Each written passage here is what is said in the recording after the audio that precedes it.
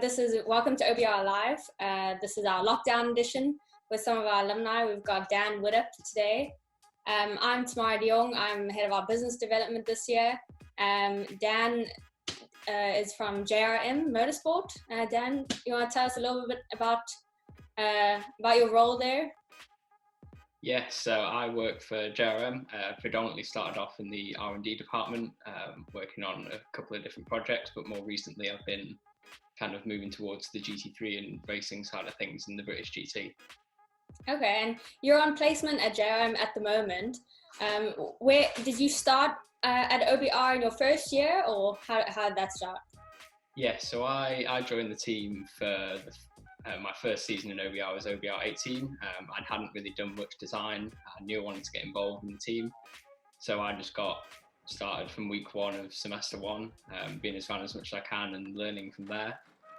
And it's safe to say that I got the bug. I stuck around for another year, made some great memories. I was predominantly in the suspension department, but I also did a little bit of trackside stuff as well. Okay, nice.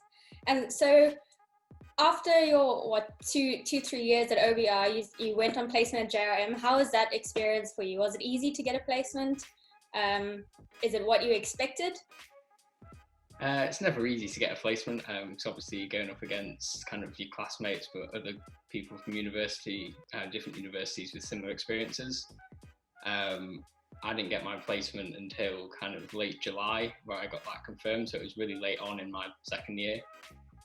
But yeah, I feel like OBR really helped me kind of prepare, because a lot of the stuff that I learned from OBR I was able to transfer to JRM, and when I started I felt a little bit more comfortable with what I was doing. Okay, nice. And so what's a typical day for you like now? So now with the whole lockdown scenario, I'm working from home, as you can probably tell. And I'm currently, so one of the things I'm working on currently is a lot of esports side of things. So a lot of drivers, because they're not able to race in the real world, they're now racing in the virtual world. And it's providing engineering support for them to enable them to go quicker and beat some of the drivers and teams that are racing. Sounds interesting. So is that more challenging than you had expected, or it's kind of exactly what you want to do?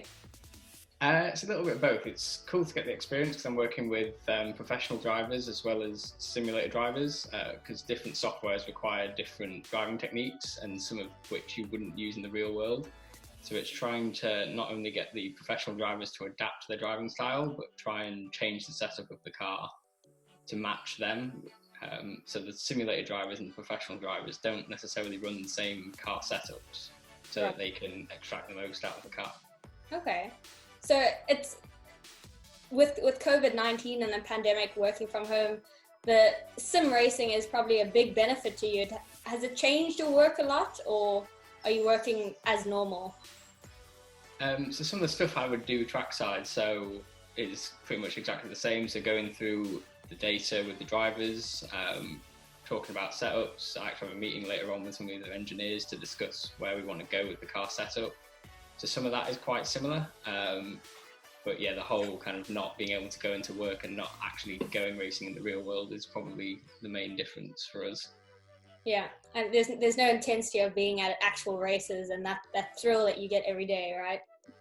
Yeah, and there's a lot less kind of going on with the sim. There's a lot less you have to kind of prepare for, because the sim does all of the preparation. You just have to start the software and off you go. You don't have to worry about getting the car ready and making sure that things are done and correct for the session. What advice would you give students who are looking for placement now? They've obviously had, it's been a tough time for them already to look for a placement, but now amid the pandemic, it's even more hard, I'm sure, with the job market. Would you have done anything differently if you were looking for a placement this time around? Yeah, I would have applied to more things, because I didn't necessarily apply to every opportunity that I got, which I do regret, because at the end of the day, if you really don't like the sound of that job and you get the interview and they do offer you the job, you can turn it down. But that interview experience is something that you kind of can't afford to miss out on, because it helps prepare for other jobs. So I'd just advise anyone to apply to as many placements as you can.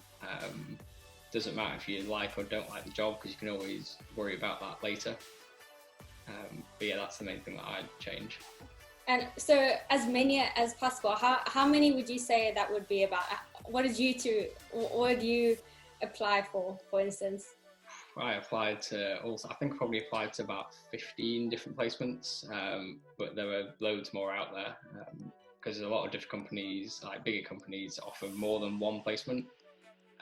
So even if you're in like the sound of one, it's definitely worth applying to all of them, just to get your foot in the door and see where you can go from there. Nice. Okay. Well, I think we'll finish off with a couple fun and quick fire questions. What motivates you to work hard?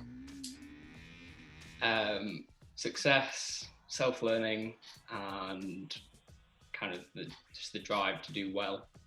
Okay. And your favorite from your student memory? There's so many, but probably coming second at FSUK at the time round. That was pretty special. Okay. And your dream job? I have a couple of dream jobs, either being trackside as a race engineer or kind of in the design department of a race team. Okay. A funny moment from Octobrook racing? Again, there are many funny moments. I have a couple, one of which is when we were going testing last year, we were in a bit of a rush because we were getting the car ready, we got the van loaded, and we were all kind of rushing to get testing because we were a little bit late because we were sorting out an issue. So as we left in the afternoon, we forgot our chief engineer. So that wasn't ideal. And then for 2019, we brought the car to the track at Silverstone and we left the front wing at university. Oh wow, okay. Hopefully you won't make that mistake again. Is there any final thing you want to say to OBR? You've been away for 10 months now, you're going to be back soon. You're keen to be in the driver's seat again maybe, or what's your kind of plans going forward? I'm keen to get back and join the team again and see where we can go with the electric car. So obviously that's a big step that was going to happen this year, but obviously due to the current situation, it's not looking likely that we're going to competition.